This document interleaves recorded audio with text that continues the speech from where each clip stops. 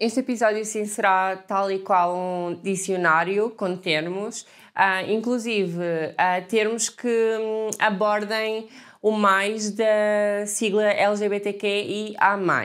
Podemos começar por falar sobre monossexualidade, pessoas que experienciam atração por um só género específico e, portanto, inclui-se dentro do binómio de género, homem e mulher. Temos heterossexualidade, quando pessoas se sentem sexualmente atraídas pelo género oposto, e homossexualidade, quando pessoas se sentem atraídas pelo mesmo género que o seu dentro desse binómio. Depois temos então a polissexualidade, quando pessoas se sentem sexualmente atraídas por mais do que um género.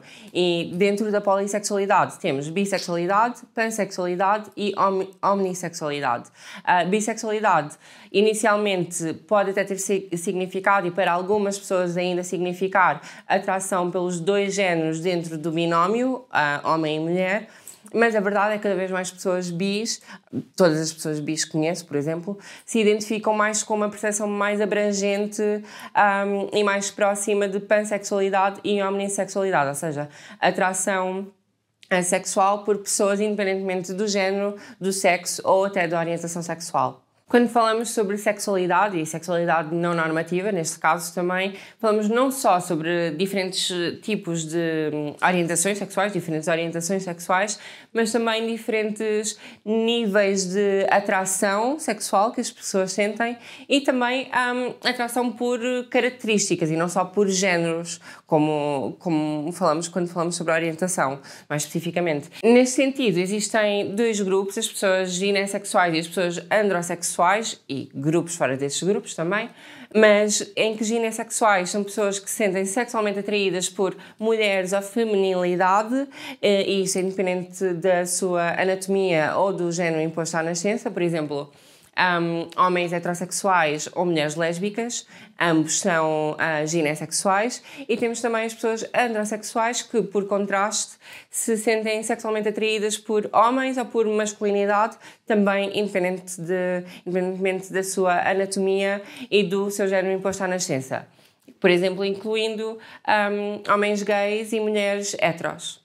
Relativamente à intensidade da nossa atração sexual, ou mesmo se a sentimos ou não, temos também uma realidade, uma comunidade muito esquecida e apagada, que são as pessoas assexuais, que não sentem atração sexual.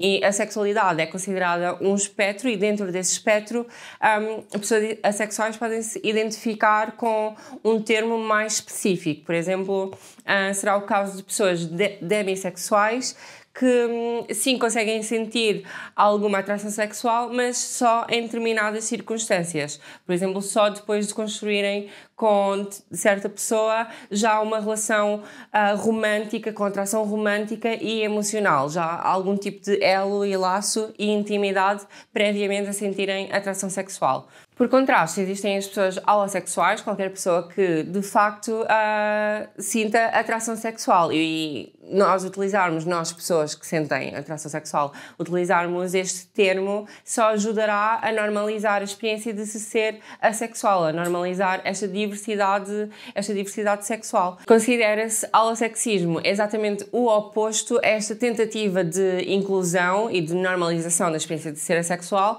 como o facto de toda a nossa sociedade e cultura se centrarem muito no sexo, darem muito protagonismo ao sexo e considerarem mesmo que todas as pessoas sentem atração sexual. Por exemplo, em certas noções erradas que são passadas de pessoa para pessoa, como o facto de uma relação romântica necessitar de sexo, de atividade sexual para ser saudável, que simplesmente não é assim. São duas coisas completamente distintas. Embora haja muitas mais para falarmos, eu falo sobre mais duas identidades sexuais, sendo elas a escoliossexualidade, pessoas que se sentem sexualmente atraídas por pessoas que não são cisgênero, ou seja, pessoas trans, pessoas não binárias, pessoas de genderqueer e por aí. e pessoas autossexuais, pessoas que se sentem genuinamente sexualmente atraídas e excitadas por si próprias, e para esclarecer, o facto de nos engajarmos em masturbação não faz de nós autossexuais, é algo maior do que isso. A sexualidade e atração e comportamentos sexuais também podem ser vistos como algo fluido que varia ao longo do tempo e dependendo das circunstâncias em que estamos em determinada parte da nossa vida.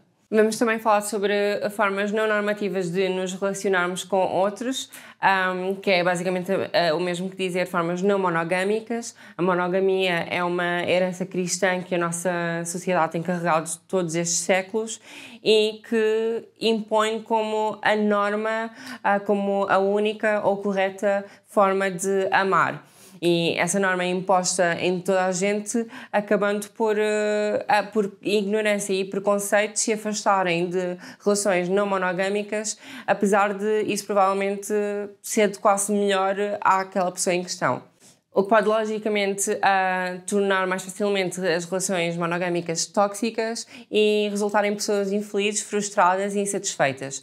A monogamia é-nos vendida como este ideal, desde a nossa educação familiar até à forma como relações românticas são representadas na média. Existe também uma cultura bastante tóxica à volta de monogamia.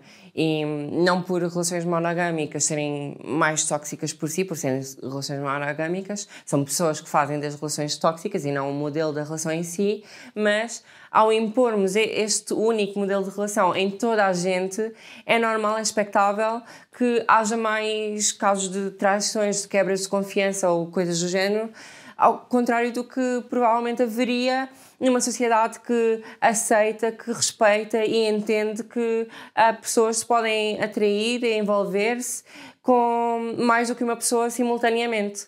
Sempre com o consentimento e o respeito de todas as pessoas envolvidas e também numa sociedade onde se fala e se educa abertamente sobre estas várias diversas formas de amar e de nos relacionarmos. Coisas fazem parte desta cultura tóxica monogâmica. Por exemplo, a ideia de que no mundo com 7,9 mil milhões de pessoas existe apenas uma pessoa, só uma, que será a nossa alma gêmea e a combinação perfeita e que a devemos encontrar o mais rapidamente possível para passarmos o resto da nossa vida juntos. Outro conceito tóxico é também esta noção de que existe algum tipo de corrida ou jogo de vida social que passa crucialmente por uma relação monogâmica.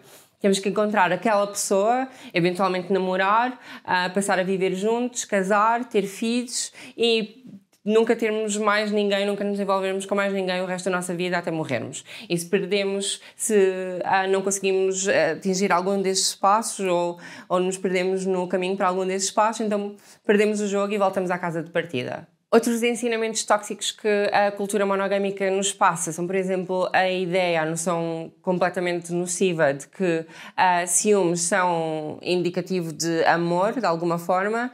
Também de que se o amor for grande ou intenso o suficiente, chegará para superar todas as incompatibilidades e fazer com que não nos sintamos atraídos por mais ninguém.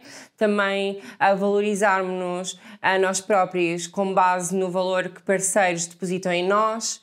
A noção errada também de que nós ou nossos parceiros têm que corresponder a todos os nossos desejos e vontades, e se não o fazem ou se não o fazemos, ou somos insuficientes ou são eles que são demasiado carentes, e acima de tudo a ideia errada de que compromisso tem que ser sinónimo de exclusividade numa relação. Existe muita diversidade dentro da não monogamia, sendo que alguns modelos relacionais não monogâmicos existem em determinadas sociedades e culturas desde sempre, ainda que não na nossa sociedade e cultura ocidentais e cristãs. Talvez o mais conhecido seja o poliamor, que é um termo que abrange outros modelos relacionais dentro deste mesmo e que se refere basicamente a termos múltiplos parceiros românticos. Dentro do poliamor podemos ter, por exemplo, alguns dos exemplos destes modelos relacionais. Temos os trios em vez de casais e também relações hierárquicas, em que existem alguns parceiros que se priorizam mutuamente como parceiros primários, normalmente um casal, e que têm depois cada um parceiros secundários.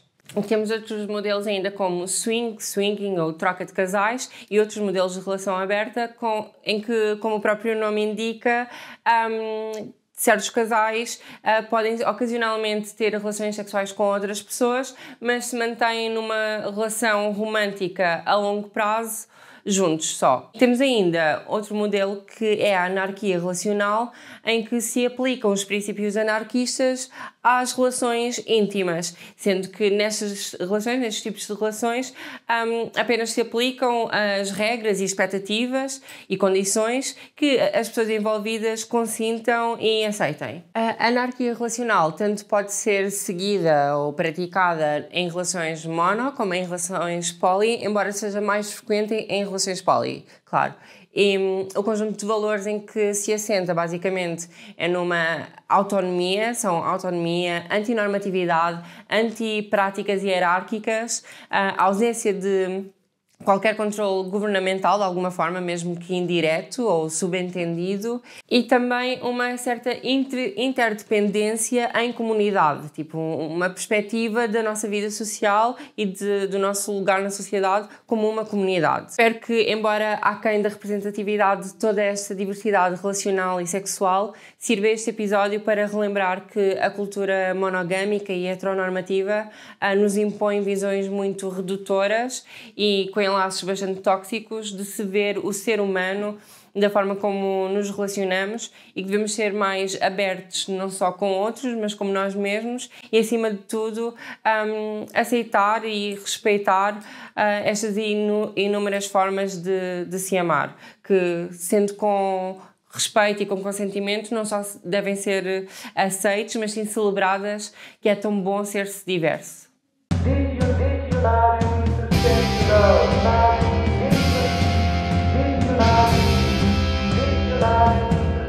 No.